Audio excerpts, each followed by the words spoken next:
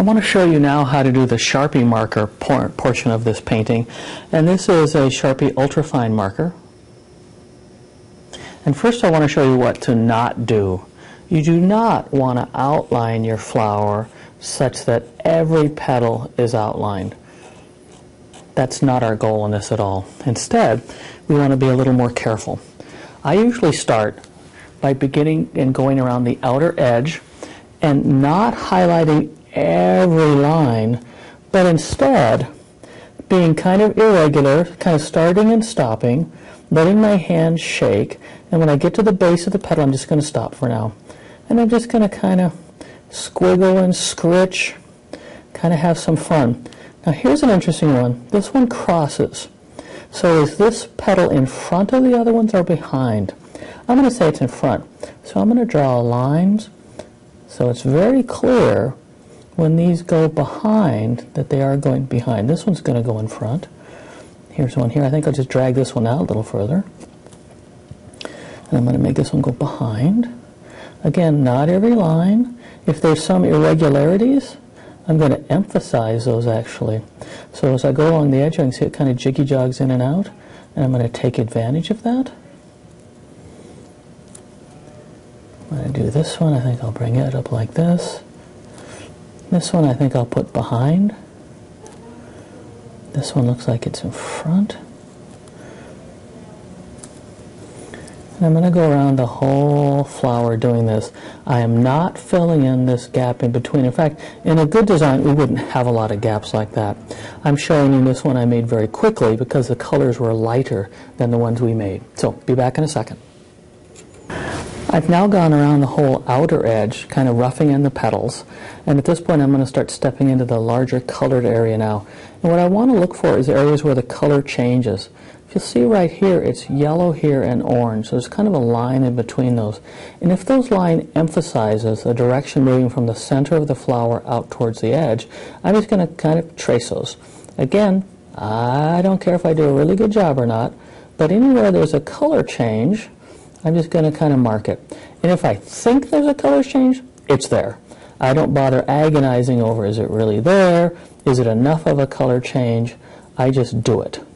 So again, don't kill yourself on this.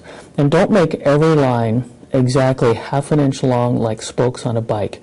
You want some variety here. If you see color change down in the petals, take advantage of it and mark it. And this is where it gets interesting and actually kind of almost therapeutic in the scribbling of this that you get to do. So again, I'll be right back. I've gone around and added a few more little scribbles here. I do have a color change here that's going from left to right instead of towards the center, and I kind of like it. I'm going to go ahead and take advantage of it. I'm not going to do all of these, but every once in a while, just for variety's sake, it's kind of fun. The next thing, I'm going to find white areas, and if I find a white area, I'm going to outline it.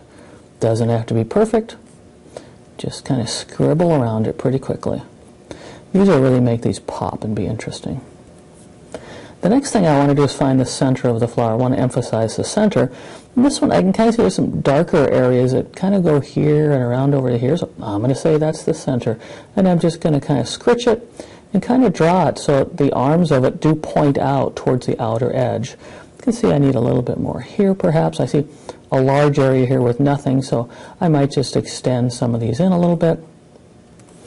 And I think this one's about done. You can come back and fuss with this. It's kind of fun to just keep playing and see what you get.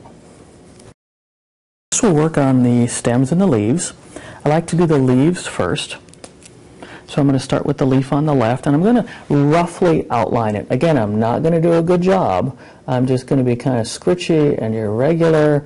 And if I don't have to stay inside the lines, that's for sure. I can miss parts. And if my stem is too fat, doesn't matter. I'll just Sharpie marker it where I want it to be.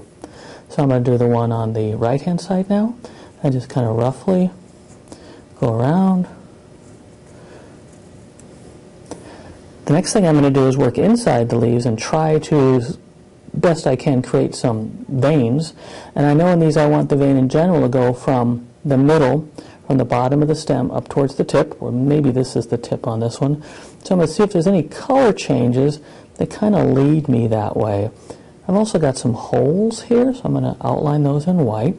I'm going to look for color changes that will help me lead my eye towards the tip. I think this one on the left side is a little bit better. I can see a nice crack here I'll take advantage of. And sometimes if I don't have the color changes that I want, I'll just draw a line in anyway. It doesn't matter. For the stem, I need to determine whether the leaf is coming in on top of the stem, perhaps like this, or behind. So let's make this one on the left behind. I'll just draw a line like that. But this other one, I think I'll make it in front of. And again, I don't really care where the color is too much. I'll just go on where I want it to be. I wish the top of this were thinner, so I think I'll just start to kind of follow the greener color and not worry about the yellow. I'll do a little of the yellow here, the color in between. And I think this is pretty good right now. I think I'm done. So let's try this again with the real picture now. I have you sit and watch this entire thing as I start to do the Sharpie marker, but I'm going to go around the outside edge, determine which petals are in front of which ones, and mark that accordingly. Then I'll work on the inner part a little bit. I will circle around any white areas, and I'll try to find where the center is and kind of emphasize that a little bit. I've gone around the outer edges of the flowers now, and frankly it's really hard to see because these flowers are pretty dark. So let me see if I can zoom in a little here for you, because you'll see it better when we get to the lighter edges of the flower. And sometimes I've had to guess, and I'll just fake a little line coming down. There was a few times over here on this a little bit further over where it didn't even have the kind of lines I wanted, so I just drew in what I wanted. It really doesn't matter again. Let me go over to the right-hand flower and show you something. This one, you can see right here by my finger, there wasn't even a petal there, but I decided I wanted one. There was a glob of ink, so I just drew one in. So now I'm going to go back to these flowers, and I'm going to start working towards the center and outline that center part as well. I'll also be outlining the white areas. I'm about done with the flowers now. You can see the one on the left, I have the center marked. I've gone around the white spots, but I'm going to tell you the one on the right I think really came out nice. When you can see it live in person and see the color changes from the center on out, it almost glows. It looks a little brighter here when I'm looking at it as the camera's recording, but I've marked where the color changes are. Even if I'm not sure, if I think there's one, I've gone ahead and marked it. I've tried to define the center roughly, and I've gone around the white open spaces with my Sharpie marker as well. So next it's on to the leaves. I've gone ahead now and outlined the leaves, and you can see again I'm not being careful to follow lines. I'll go outside a little bit, inside a little bit. I marked some of the white spaces.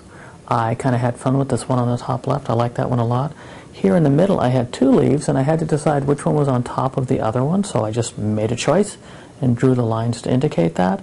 I had to decide whether some of the leaves entered the stems in front of or behind, so I've indicated that. And the next thing I'm going to do now is paint in the stems. And again, these got a little bit too wide at the top, I think, so I'm going to try to fake it a little bit with my Sharpie marker to make them look narrower. All right, I think I'm pretty close to done on this.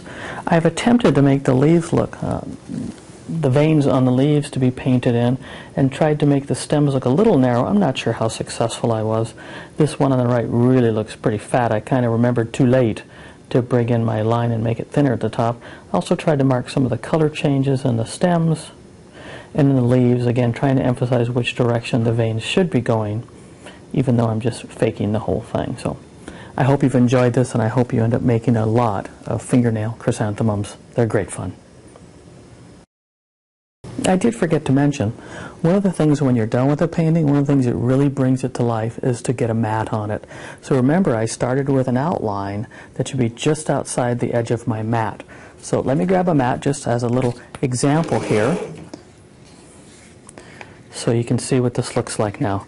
Suddenly, it looks like a much better painting when we don't see all the blurry edges around it.